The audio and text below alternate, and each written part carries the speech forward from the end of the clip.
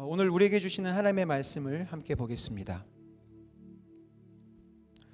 오늘 우리에게 주시는 하나님의 말씀은 히브리서 11장 1절과 2절 그리고 6절까지의 말씀입니다. 히브리서 11장 1절에서 2절 그리고 6절까지의 말씀인데요. 한 목소리로 우리가 읽겠습니다. 시작.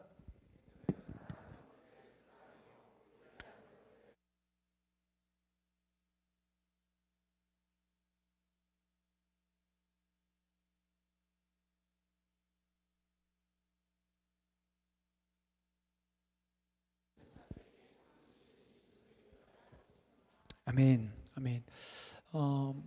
오늘부터 4주간에 걸쳐서 치열한 믿음이라는 타이틀로 여러분과 함께 하나님이 기뻐하시는 믿음에 대해서 나누어 보려고 합니다. 그리고 말씀 본문은 히브리서 11장, 믿음장이죠. 히브리서 11장에 있는 내용들을 가지고 4주간에 걸쳐서 여러분과 말씀을 나누려고 합니다. 기대하고 또 기도하고 기다려 주셨으면 좋겠고, 믿음이라고 하는 것은요, 정말 우리 신앙에 있어서 시작이자 전부가 됩니다. 믿음이 정말 중요하죠. 로마서 1장 16절과 17절을 보면 내가 복음을 부끄러워하지 아니하노니 이 복음은 모든 믿는 자들에게 구원을 주시는 하나님의 능력이 됨이라. 17절 복음에는 하나님의 의가 나타나서 믿음으로 믿음에 이르게 하나니 기록된 바 오직 의인은 믿음으로 말미암아 살리와 함과 같으니라 라고 사도 바울이 이야기하고 있습니다. 이 말씀 구절이 말하고 있는 것은 무엇이냐면 바울은 우리의 신앙, 믿음이 없으면 도저히 되지 않는다는 것이죠. 믿음으로 믿음에 이릅니다. 더 높은 더 깊은, 이제 3주간 동안 나누겠지만 믿음에도요 수준이 있습니다. 더 깊고 치열한 믿음으로 나아가기 위해서는 아이러니하지만 첫 믿음이라는 것이 필요하다는 것이고, 그 믿음으로 말미암아 구원받는 것이죠. 우리 너무나도 잘 알고 있는 이야기입니다. 예수님도 병자들을 고쳐주실 때 네 병이 나았다라고 하지 않으시고요, 많은 구절들이 있지만 마태복음 9장 22절에 보면 예수께서 돌이켜 그를 보시며 이르시되 따라 안심하라 내 믿음이 너를 구원하였다 하시니 여자가 그 즉시 구원을 받으니라고 되어 있습니다.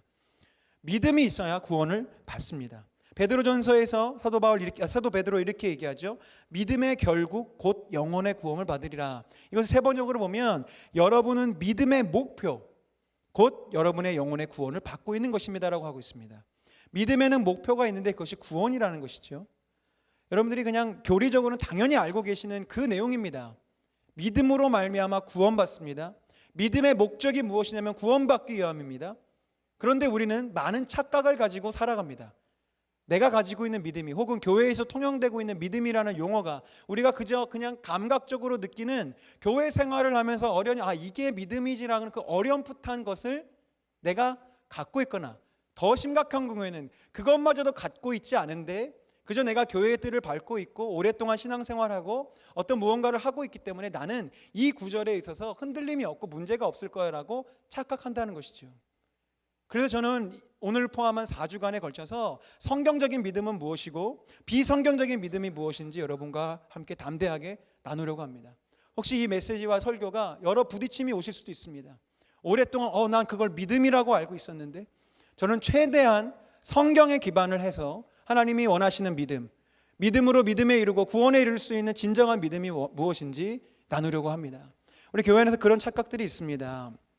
어떤 착각들이 있냐면요, 종교적인 열심을 갖고 있으면 믿음이 좋다라고 할 수 있어요. 생각하고 있어요. 물론 오해가 없길 바라요. 종교적으로 열심히 하는 게 나쁘다는 뜻은 아닙니다.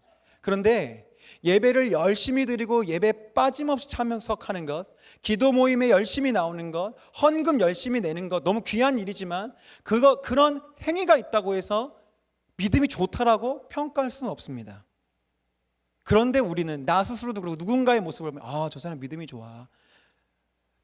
이제 몇 주간 나누겠지만 정말로 주신 하나님의 성경적인 믿음 때문에 기도하고 헌금하고 예배하시는 훨씬 많으시지만, 우리 교회사나 역사를 보면요, 그게 없어도 예배하고 기도하고 봉사하고 헌신하는 일들이 가능하다는 것이 문제죠. 사실 여러분, 이단들이요 우리보다 더 열심히 있는 거 잘 아시지 않습니까? 그들은 매일 모여서 기도합니다. 그들 매일 모여 성경 공부하고요. 우리 청년들 노방전도 하자 그러면 다 손사래를 치지만 이단에 있는 청년들이요 막 나가서 복음 전하고 그래요. 그들의 그 교리를 전하고 그래요. 열정과 열심으로 믿음을 판단할 수 없는 것이죠. 또한 어떤 착각이 있냐면요, 겉으로 보기에 윤리 도덕적으로 무결하면, 겉으로 보기에, 그러면 믿음이 좋다라고 얘기해요. 저 사람 담배도 안 피고 술도 안 마시고 일찍 일어나고 정직하고 법 잘 지키고 믿음 좋아. 믿음이 좋아서 법을 잘 지킬 수도 있지만 법을 잘 지키고 윤리적이라고 해서 꼭 믿음이 좋다라고 말할 수 없습니다. 그럼에도 불구하고 우리가 그런 분들을 보면 저분은 믿음이 좋을 거야 라고 생각하죠. 또요, 용기가 있거나 모험심이 있는 분들을 보면 믿음이 좋다라고 여기는 착각이 있어요. 저분은 믿음이 좋은가 봐. 그냥 막 돌진해. 그래서 교회에서 이런 분들은 믿음 없는 사람으로 낙인되기 쉽습니다. 심사숙고하고 고민이 많고 계획을 세우고 다시 한번 따져 물으면 김 집사는 믿음이 없어. 왜 이렇게 따져? 목사님은 왜 이렇게 믿음이 없으세요? 라고 얘기할 때가 참 많죠. 근데 과연 심사숙고한다고 믿음이 없다라고 이야기할 수 있을까요? 우리가 이렇듯 믿음이라고 하는 그 부분들을요, 많은 착각 속에 살아가요. 이 중에 있을지 모르겠지만 믿음 좋아 보이는 교회 오빠에게 배신당해 본 자매들, 그죠? 그런 경험들 한두 번쯤 있으실 거예요. 믿음 좋은 교회 권사님에게 사기당한 케이스 교회에 하나 이상은 있습니다.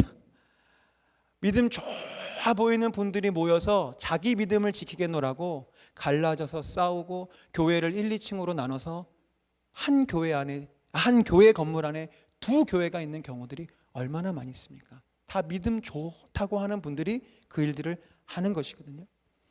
이렇듯 가짜 믿음이 무엇인지를 우리가 잘 분별할 수 있어야 하나님이 기뻐하시는 믿음의 자리로 나아갈 수 있는데요.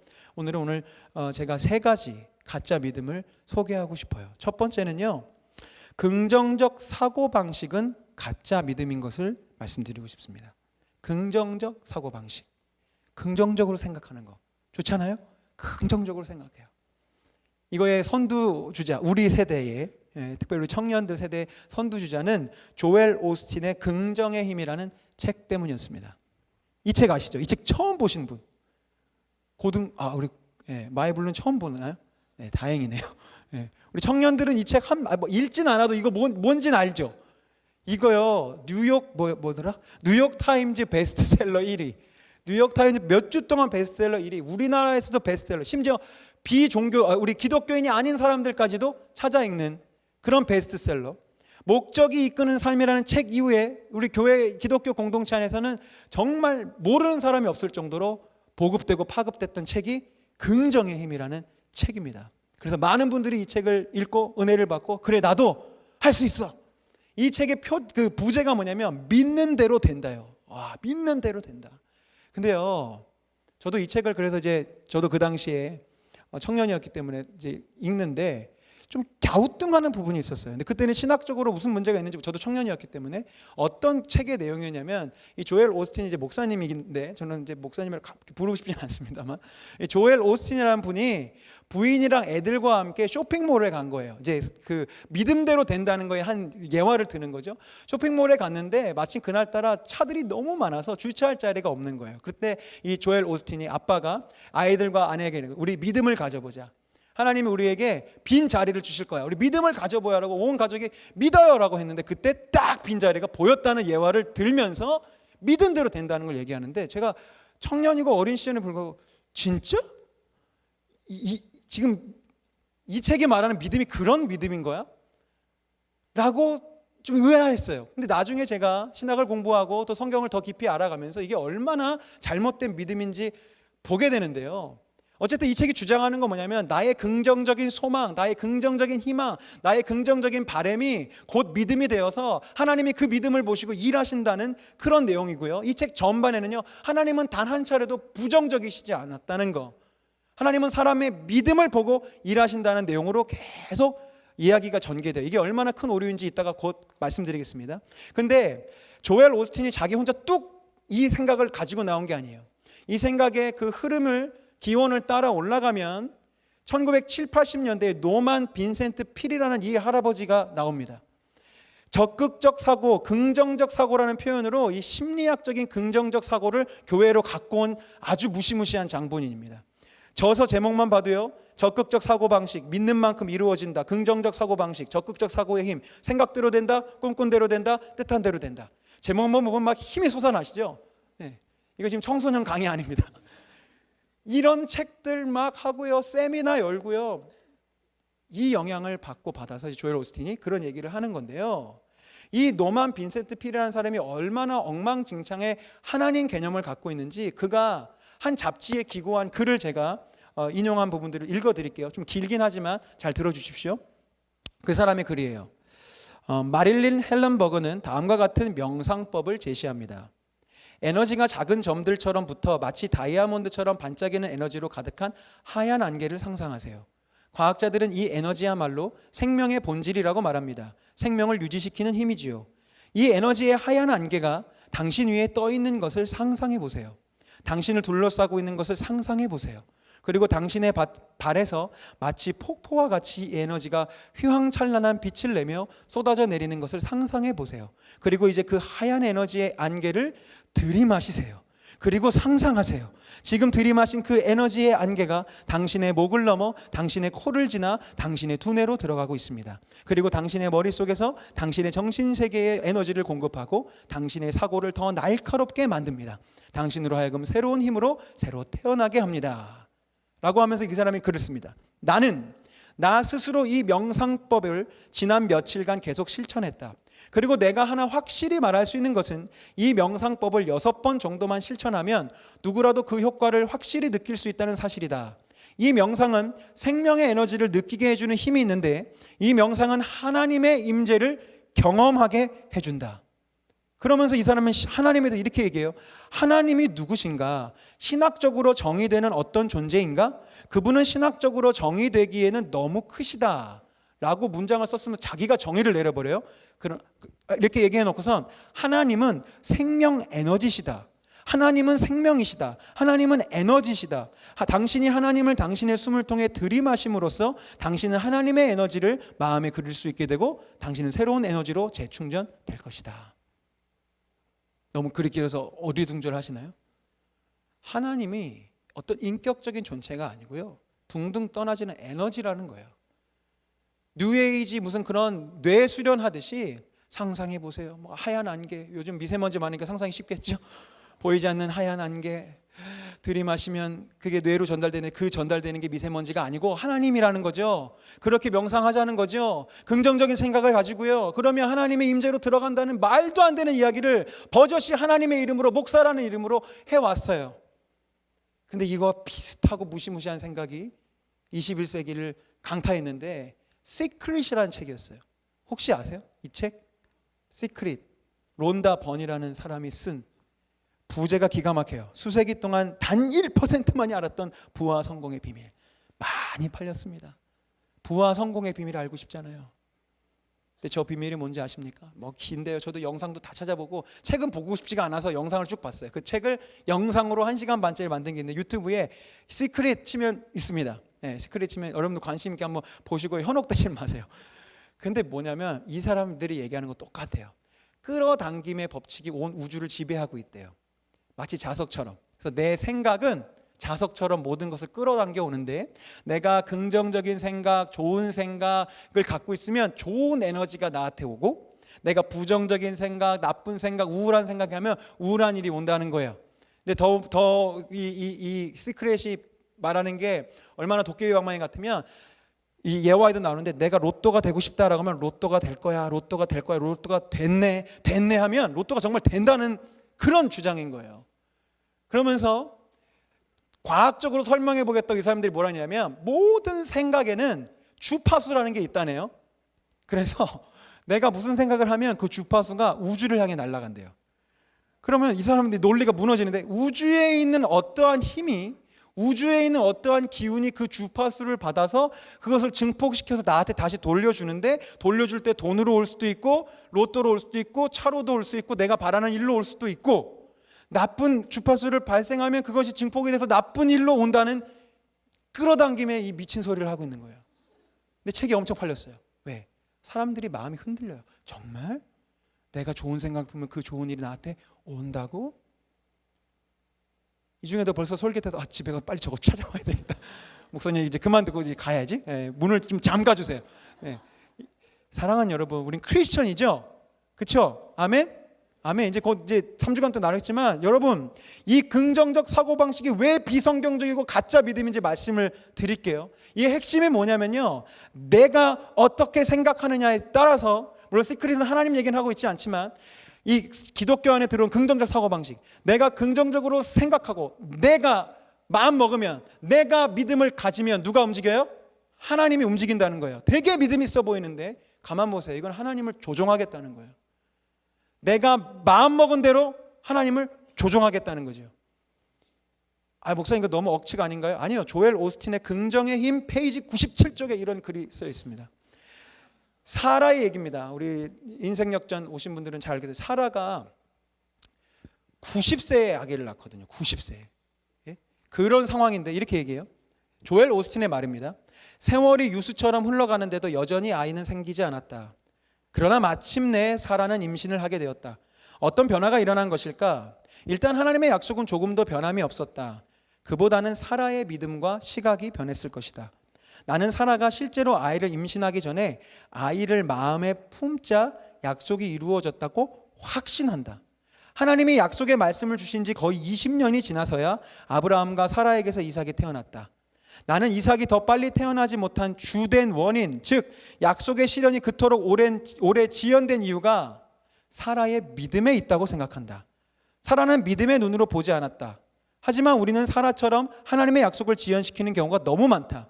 우리의 작은 생각 때문에 하나님의 은혜가 우리에게 다가오는데 시간이 걸린다. 마음 상태가 복을 받기에 적합하지 않다. 온통 의심으로 가득 차 있다. 두려운 사실은 우리가 마음을 바꾸지 않으면 자칫 하나님이 예비하신 놀라운 복을 평생 받지 못할 수도 있다. 이 무슨 말인지 은혜 받으셨어요? 사라가 20년을 아이를 기다린 게 사라가 믿음이 없었기 때문이라고 얘기하는 거예요. 사라가 20년 전에 하나님 주실 거 믿어 라고 했으면 그때 주셨을 텐데 사라가 믿지를 못해서 안 주셨다는 거예요. 근데 여러분, 이거 논리적으로 신학적으로 고민할 것도 없어요. 이 조엘 오스틴은 성경을 너무 몰라요. 사라가 89세 때, 아브라함 99세 때 하나님 찾아오셔서 내년 이맘때쯤에 너희가 아기의 웃음소리를 들을 거라고 할 때 그때 뭐라고 했습니까? 사라가 비웃었어요. 하나님, 저 완전 할머니예요. 저 완전 끝. 근데 하나님이 나타나 사라에게 너 지금 웃었냐? 너 내년에 이 아이기 때문에 네가 웃고 있을 거야. 89세 때 사라 믿음 없었어요. 믿음 하나도 없었어요. 근데 하나님 일하셨어요. 이건 성경을 너무 몰라는 거예요. 근데 그걸 떠나서 지금 이 조엘 오스틴의 사고 구조가 뭔지 아세요?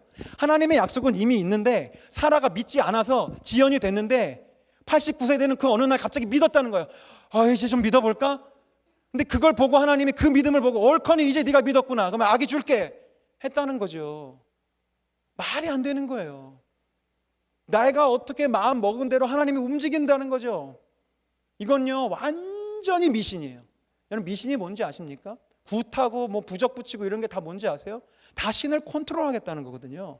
굿을 해서 신의 마음을 바꾸고요, 부적을 써서 그 부적 보고 신이 못 와가지고 막아주는 거고요. 다 내 마음대로 신을 컨트롤하고 싶은데 내 힘으로는 안 되니까 무당도 부르고 부적도 쓰고 그런 방법들을 취해가지고 신을 바꿔보려고 하는 게, 그게 다 미신이고 우상숭배입니다. 긍정적 사고방식, 보기에는 그럴듯해요. 믿음대로 되고 너의 믿음대로 될지어다. 너가 믿는 대로 하나님이 일하신다. 와, 말은 멋진데요, 이거요 이제 곧 결론에 말씀드린 주체가 누구인지를 잃어버리면 이거 정말 가장 무서운 우상숭배입니다. 내가 마음먹은 대로 하나님 움직일 수 있는 거예요. 하나님 나에게 로또 되게 하실 줄로 믿습니다라고 믿으면 로또 주시는 거예요. 그게 믿음입니까? 근데요, 이 긍정적 사고방식이 교회 안에 참 많이 무분별하게 그저 믿으세요, 믿으면 돼요, 뭘 믿는지도 모른 채로, 지난주 다임 목사님도 설교 중에 얘기하셨지만 내가 굳건히 희망하는 게 믿음이 아니거든요. 그런데 우리가 어느덧 그렇게 돼요. 말이 씨가 된대. 그 성경에도 없는데 말이 씨가 된대. 일단 선포해. 믿음대로 될 거야. 아닙니다. 긍정적 사고방식, 그건 믿음 아닙니다. 두 번째 가짜 믿음은 현장이 없는 믿음입니다. 현장이 없는 믿음. 야고보서 2장 14절과 17절 말씀 우리 함께 읽겠습니다. 교독하기 원합니다. 제가 먼저 읽겠습니다. 내 형제들아, 만일 사람이 믿음이 있노라 하고 행함이 없으면 무슨 유익이 있으리요? 그 믿음이 능히 자기를 구원하겠느냐? 너희 중에 누구든지 그에게 이르되 평안히 가라, 덥게 하라, 배부르게 하라 하며 그 몸에 쓸 것을 주지 아니하면 무슨 유익이 있으리요? 아멘. 아멘. 성경 분명하게 이야기하고 이 구절 너무 잘 알고 계시죠. 늘 기억하고 외우셔야 됩니다. 행함이 없는 믿음은 죽은 겁니다. 죽은 건 없는 겁니다. 그렇죠? 우리의 믿음에 행함이 없으면 아무 소용이 없습니다. 그래서 예수님도 마태복음 7장에서 말씀하시는 거예요. 나더러 주여 주여 하는 자마다 다 천국에 들어갈 것이 아니요 아버지의 뜻대로 행하는 자야 천국에 들어갈 것인데, 이어지는 24절 보면 그러므로 누구든지 나의 말을 이 말을 듣고 행하는 자는 그 집을 반석 위에 지은 지혜로운 사람과 같고, 26절 넘어갈게요. 나의 이 말을 듣고 행하지 아니하는 자는 그 집을 모래 위에 지은 어리석은 사람 같다. 이런 꼭 기억하십시오. 현장이 없는 믿음은 믿음이 아닙니다. 아까도 말씀드렸지만 열심히 기도하고 성경 많이 보고 예배에 매주 참석하는 거 나쁘고 불필요하다는 얘기가 아니에요. 그거 정말 필요해요. 그런데 우리 만청 예배에서는 제가 설교 때 나누었지만, 여러분 우리 크리스천들이 얼마나 현혹되는지 알아요? 사단한테. 그냥 예배 열심히 드리고 기도 열심히 하면 스스로가 그렇게 나 믿음이 정말 좋아, 나 새벽 기도해, 나 말씀 통독하는 사람이야, 나 주중에 예배까지 나와. 귀한데요 여러분. 거기서 멈추면 그건 행함이 없는 믿음이에요. 왜요? 현장이 없거든요. 왜 기도하라 하실까요? 왜 예배하라 하실까요? 왜 우리에게 말씀을 가르쳐 주실까요? 왜 우리에게 성령을 부으실까요? 우리에게 주신 명령이 뭔데요? 너희는 날마다 모여 예배하라가 우리에게 주신 계명인가요? 아니에요. 너에게 새 계명을 주오니 너희는 서로 사랑하라. 우리가 예배하고 말씀 보고 기도하는 그 이유는 뭐냐면, 삶의 현장으로 나가서 하나님의 말씀대로 움직일 때 하나님이 일하시는 것을 체험하고 그것을 증거하고 나타나기 위해서 우리를 부르신 것인데, 우리 크리스천들이요 어느덧 교회 안에만 갇혀가지고요, 우리 청년들도 말이죠, 교회 안에서는 정말 믿음 좋은 청년인 것 같은데 교회 밖에만 나가면 예수의 이름 한번 선포하지 못하고 기도 한번 담대하게 하지 못하고 현장이 없는 믿음을 가지고 살아가는데 스스로가 잘 믿고 있다고 착각한다는 것이 큰 문제입니다. 현장이 있으셔야 됩니다. 부딪혀 넘어질지언정, 예수님 전하다가 부끄러움을 당할지언정, 내가 삶의 자리에서 사랑하고 헌신하고 용서하려다가 모진 일을 당할지언정, 현장이 있는 믿음에서부터 나의 믿음은 자라나고 거기서부터 나의 구원은 시작될 수 있는 것을 꼭 기억하셨으면 좋겠습니다. 마지막 세 번째 가짜 믿음은 인간 스스로의 굳은 결단과 의지를 믿음이라고 생각하는 것은 가짜입니다.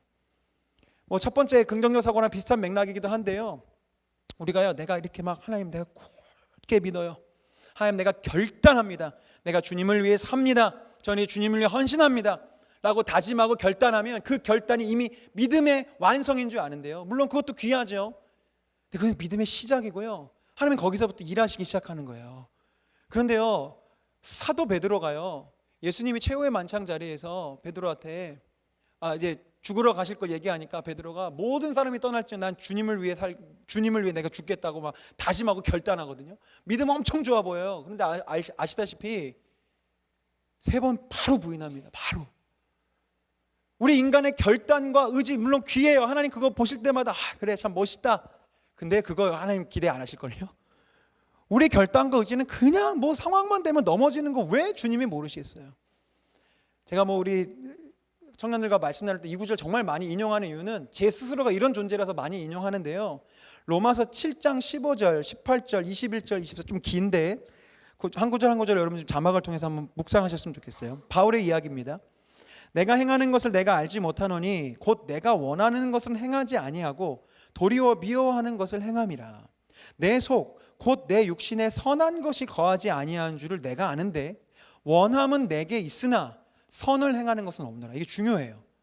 하나님 내가 주님을 위해 살겠습니다, 하나님의 나라를 위해 헌신하겠습니다, 제가 선교하겠습니다, 그러니까 제가 하겠습니다. 원함은 있는데요, 바울의 진단이에요. 바울의 논리적 신학적 선언이에요.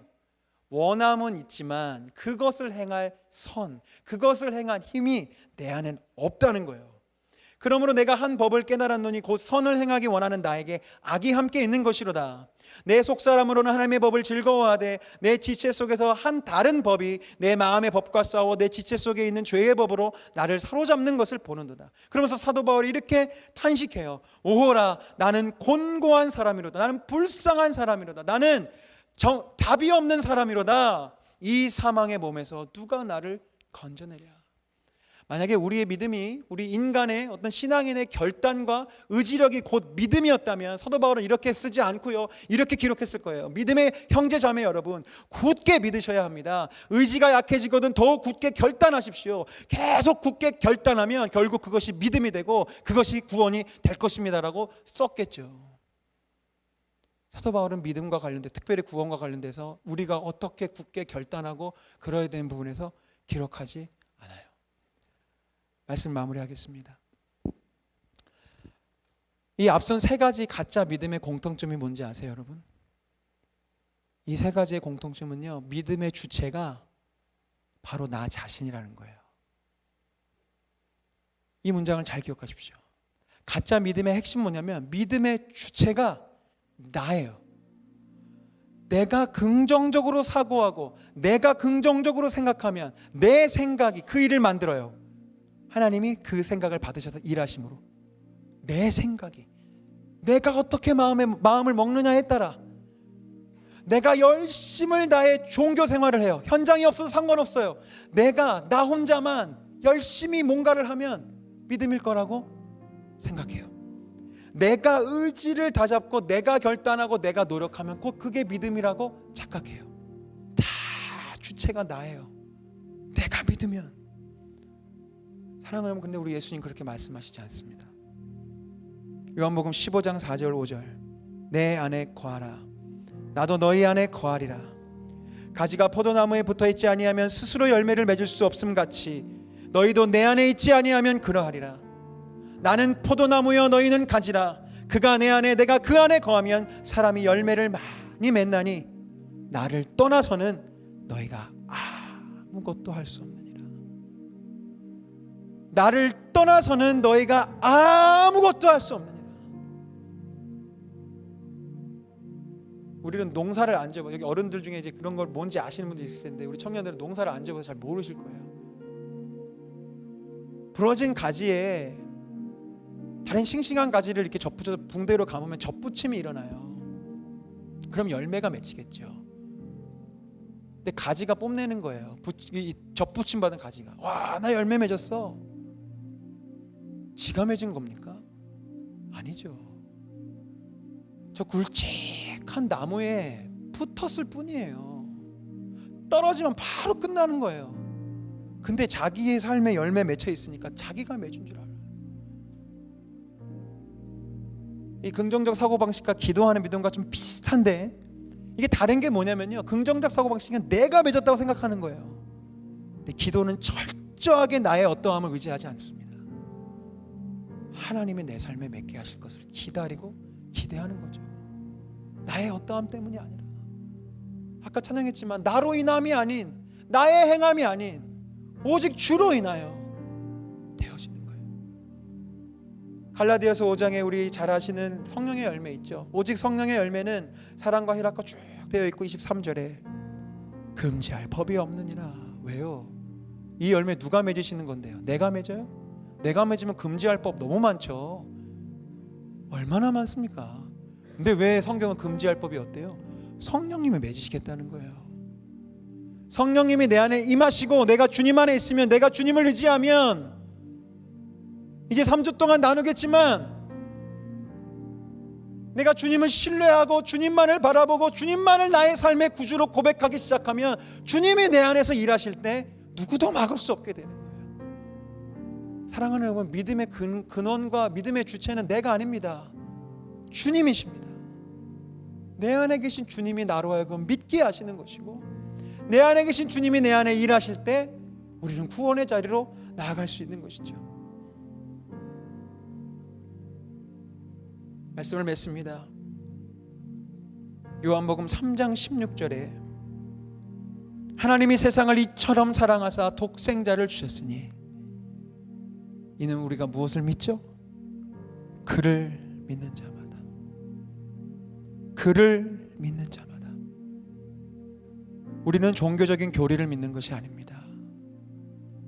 우리는 긍정적인 에너지를 믿는 것도 아니고요, 나의 열심을 믿는 것이 아닙니다. 우리는 독생자 예수를 믿는 것입니다. 하나님이 나를 사랑하셔서 나를 위해서 보내주신 예수 그리스도를 믿는 것이고요, 나를 향하신 하나님의 그 무한하신 사랑을 믿는 거고요, 나를 향하신 하나님의 그 위대한 계획을 믿는 거죠. 나를 믿는 게 아니에요. 나의 계획을 믿는 것이 아닙니다. 나의 긍정적 에너지를 믿는 것이 아닙니다. 사랑하는 여러분, 이 믿음의 자리로 나아가십시다. 주님이 여전히 나의 믿음을 붙잡아 주시기 위해서 나에게 다가오세요. 우리 지난주에 이우대 목사님이 이 자리에서 말씀 전해주셨는데, 그렇게 배신하고 나아간, 결단했는데 바로 배신했던 베드로를 예수님이 부활하신 찾아오셔서, 베드로야 너 나 사랑해? 물으실 때 따져 물으시는 게 아니에요. 이 말이 숨겨져 있는 거예요. 베드로야, 나는 널 사랑하는데 너 나 사랑해? 베드로야, 나는 아직 너 믿는데 너 나 믿을 수 있어? 오늘 이 시간에 주님이 여러분에게 다가오셔서 난 널 믿는다, 난 널 사랑한다, 그러니 너는 너 믿지 말고 나 믿어라. 내가 널 지킬 거니까 넌 날 믿어. 내가 너를 지킬 거야 라고 말씀하시는 그 살아계신 하나님의 그 마음에 우리가 깊이 들어가서 깊이 찬양하고 기도하고 간구하기를 원합니다. 함께 우리 찬양하도록 하겠습니다.